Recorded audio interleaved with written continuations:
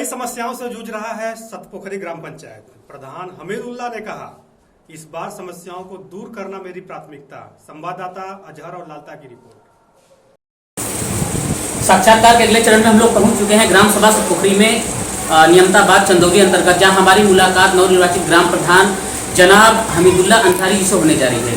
तो जानेंगे यहाँ की समस्याओं के बारे में और अगले 5 सालों में किन किन बिंदुओं पे कार्य होना है। उससे पहले हम थोड़ी सी जानकारी आप लोगों को ये दे दें कि यहाँ की जनता ने पिछले 4 बार से कंटिन्यू प्रधान पद के रूप में स्वीकार करती जा रही है।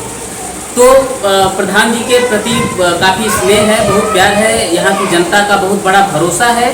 तो हम जानते हैं कि इन भरोसे पे कितना खरा उतरते हैं प्रधान जी। वैसे मैं उम्मीद करता हूँ कि अगर चार बार से प्रधान है तो ज़रूर कुछ न कुछ खास बातें होगी, और जानते हैं, मिलते हैं प्रधान जी से। अस्सलाम वालेकुम।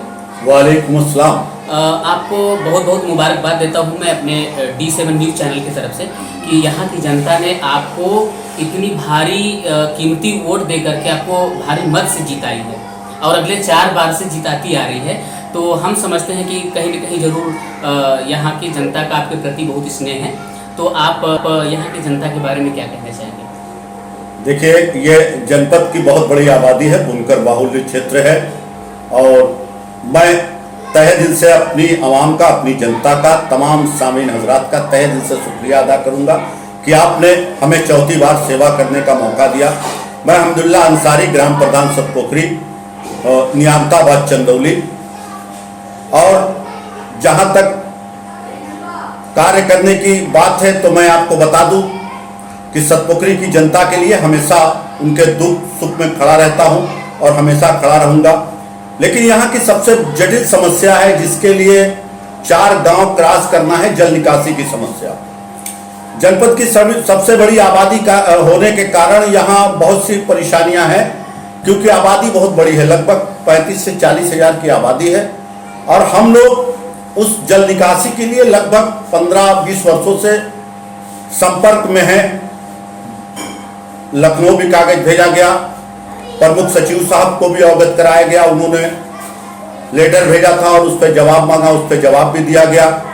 इससे पहले रहे जिला अधिकारी महोदय भी यहाँ पंचायत लगाकर लोगों की समस्याएं सुनी, और लोगों ने भी ये कहा कि नहीं, ये सबसे जटिल समस्या है और इसके लिए प्रधान जी संघर्ष कर रहे हैं। और जनता भी ये मांग करती है कि यहाँ की जल निकासी की समस्या से बुनकरों को निजात दिला दी जाए, क्योंकि यहाँ के बुनकर बाहुल्य इलाका है। जब जरा सी भी बारिश होती है तो यहाँ जो हथकरघा के लोग हैं, पावरलूम के लोग हैं, उनके कारोबार बंद हो जाते हैं और वो भूखमरी के कगार पे आते हैं। मैं शासन से, प्रशासन से ये निवेदन करना चाहूँगा कि ये जो जल निकासी का कार्य है, दिक्कत ये आती है कि ये 4 गांव क्रॉस करने के बाद तब ये गंदे नाले में जाकर पानी गिरेगा। अगर हमारे गांव में होता तो सरकार इतना बजट देती है तो अपने गांव तक तो मैं सीमित करा सकता हूं, लेकिन जहां तक 4 गांव क्रॉस होने की बात है, जब तक कोई कार्यदायी संस्था कार्य नहीं करेगी तब तक इस कार्य को नहीं करा सकते। जैसा कि प्रधान जी, सरकारी योजना के तहत ग्रामीणों में आवास आता रहता है हमेशा, तो लगभग हर प्रधानी में आता है ऐसा। तो बहुत सारे ऐसे लोग होते हैं जो जिनके ऊपर छत नहीं होता, वो आज भी झुग्गी झोपड़ियों में रहने को विवश हैं। तो आपके गांव में ऐसे कितने प्रतिशत लोग हैं जिनको आवास नहीं मिल पाया है, और अगर मिला है तो सुचारू रूप से मिल पाया है? देखिए, बहुत से लोगों को मिला है, क्योंकि ये नई आबादी है और बुनकर बाहुल क्षेत्र है। तो यहाँ लोग अगर आते हैं तो वो सोचते हैं कि हम ऐसा मकान बनाएं जिसमें हथकरघा और पावरलूम चल सके। गरीबी बहुत ज़्यादा है, लेकिन उनके मकान पक्के हैं। इसलिए पक्के हैं कि वो बुनकर हैं और वो चाहते हैं कि हमारा करगा लग जाए, हमारा पावरलूम लग जाए।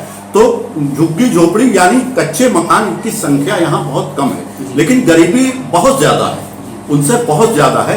इसलिए यहाँ आवास की संख्या बहुत कम है। स्वच्छ भारत स्वच्छ मिशन के तहत एक मुहिम चलाई गई थी कि हर ग्रामीण क्षेत्र में हर घर में शौचालय हो, ताकि सारे लोग अपने शौचालय में ही शौच करें, बाहर न जाएं, ताकि उसके वजह से बहुत गंदगी होती थी, वातावरण दूषित हो जाता था, बहुत सारे ग्रामीण के लोग बीमार भी पड़ जाते थे।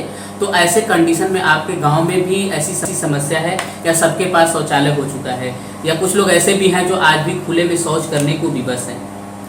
देखिए, हमारे गाँव में अभी इससे पहले जो भारत सरकार की स्कीम थी, उस स्कीम के अंतर्गत लगभग 400 से ऊपर शौचालय बने हैं और उसका लोग यूज कर रहे हैं, क्योंकि मुस्लिम बाहुल्य क्षेत्र होने के कारण यहाँ खेती नहीं है। 82 हेक्टेयर में बसा सतपोखरी और ये लगभग यहाँ अब खेती नहीं रह गई है, सारी आबादी और सारे लोग अपना अपना मकान बना के रह रहे हैं। इसलिए जिनके पास शौचालय नहीं थे उनको सरकार ने शौचालय दिया। मैं सरकार का भी धन्यवाद करता हूँ कि उन्होंने एक अच्छी स्कीम स्वच्छ भारत मिशन के अंतर्गत दी। मैं इसके लिए तहे दिल से भारत सरकार का शुक्रिया अदा करता हूँ। हर ब्लॉक से हर ग्रामीण क्षेत्र में ये पौधे वैधे लगाए जाते हैं, जिनके कारण जो है कि वातावरण शुद्ध रहे, ऑक्सीजन अच्छे से मिल सके, हरा भरा रह सके। तो आपके गांव में पौधे वगैरह आए, कुछ लगे या कुछ लग तो जाते जरूर हैं, लेकिन वो देख रेख सही से नहीं हो पाता है, तो काफ़ी पौधे नष्ट भी हो जाते हैं, जैसे जानवर वगैरह, बकरियां वगैरह कुछ चर जाते हैं। तो ऐसे कंडीशन में आप क्या कहना चाहेंगे? देखिए, जो उसके जानकार लोग हैं, जो लोग ये समझते हैं कि ये हमारे लिए वृक्ष लगाना बहुत अच्छी चीज़ है, इससे हमारे क्षेत्र का माहौल भी सही रहेगा और हवा पानी भी सही मिलेगी, वो ऐसे समझदार लोग हैं, वो पूरा काम करते हैं और पेड़ को लगाते हैं। और लगा के अभी भारत सरकार की स्कीम थी, प्रदेश सरकार की स्कीम थी, उसमें हम लोगों ने पेड़ लगाया। ये सच है कि कुछ पेड़ के लोग जो निगरानी नहीं कर पाते, जो उसको समझ नहीं पाते कि इसका महत्व क्या है, ऐसी जगह ऐसी समस्याएं आती है जो पेड़ सूख जाते हैं। हम लोगों का ये प्रयास है कि वो सारे लोग अपना पौधा लगाएं, अगर उनके घरों में जगह है तो अपने घरों में लगाएं, ताकि हमारे क्षेत्र का, हमारे गांव का वातावरण अच्छा बना रहे। जैसा कि प्रधान जी, गांव की एक ये भी समस्या होती है, बहुत से व्यक्ति ऐसे होते हैं जो गरीबी रेखा से नीचे जीवन यापन करते हैं, उनको राशन कार्ड की जरूरत होती है, जो सबसे नीचे वाला है, गरीबी रेखा से नीचे वाला जो लाल कार्ड बोला जाता है ग्रामीणों में। तो वो बहुत से ऐसे पात्र होते हुए भी जिनको नहीं मिल पाता है, सरकारी खाद्य सामग्री अवेलेबल नहीं हो पाती उनके लिए, तो ऐसे कंडीशन कैसे कितने बने हुए आपके यहाँ?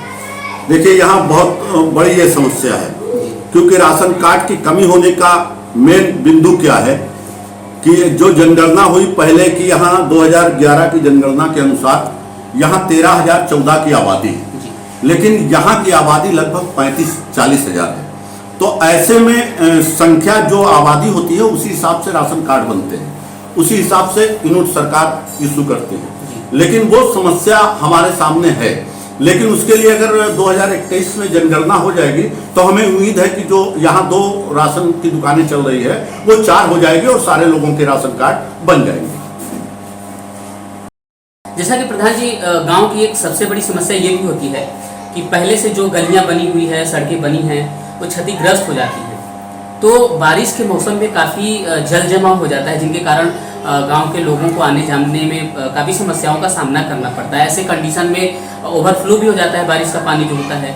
तो ऐसी समस्या आपके गांव में बनी हुई है या सब कुछ ठीक ठाक है, नॉर्मल है?